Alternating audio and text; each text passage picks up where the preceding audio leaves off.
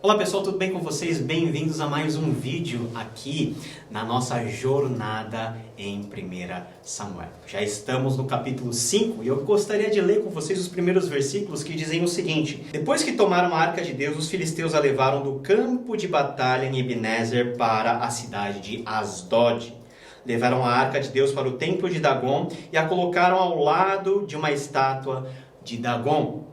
Contudo, na manhã seguinte, quando os moradores de Asdod se levantaram, viram que Dagon estava caído com o rosto em terra diante da arca do Senhor.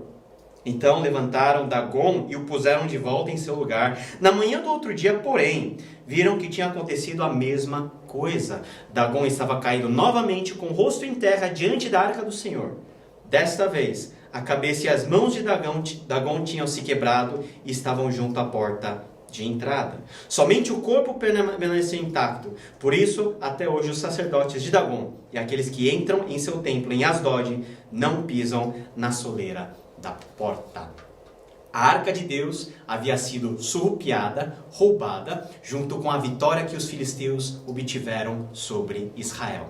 E como os filisteus também eram um povo muito místico, eles levaram justamente o artefato mais importante de Israel, que simbolizava o Deus de Israel, para o seu templo e puseram diante da estátua de Dagon. Dagon era um deus que tinha a cabeça humana e o formato de um peixe e era o símbolo do povo filisteu. Era como se Dagon, símbolo desse povo, tivesse vencido sobre o Deus de Israel, representado na Arca da Aliança. Mas quando os sacerdotes foram ministrar ao Deus Dagon na manhã seguinte, viram que Dagon estava prostrado diante da Arca da Aliança. Eles rapidamente refizeram a estátua, colocaram no seu lugar e na outra manhã eles perceberam que Dagon estava novamente prostrado, caído, a estátua estava caída no chão com os seus pulsos e com a sua cabeça quebrados diante da arca do Senhor.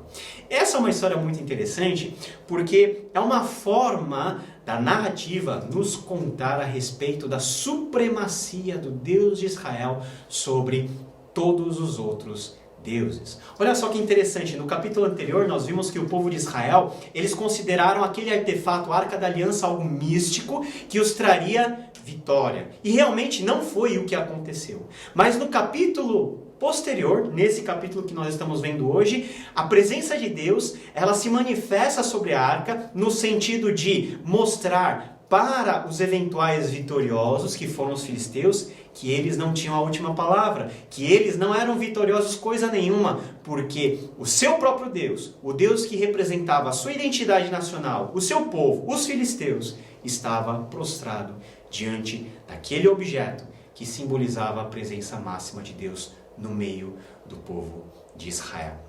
Olha, o povo de Israel teve muitos problemas com a idolatria.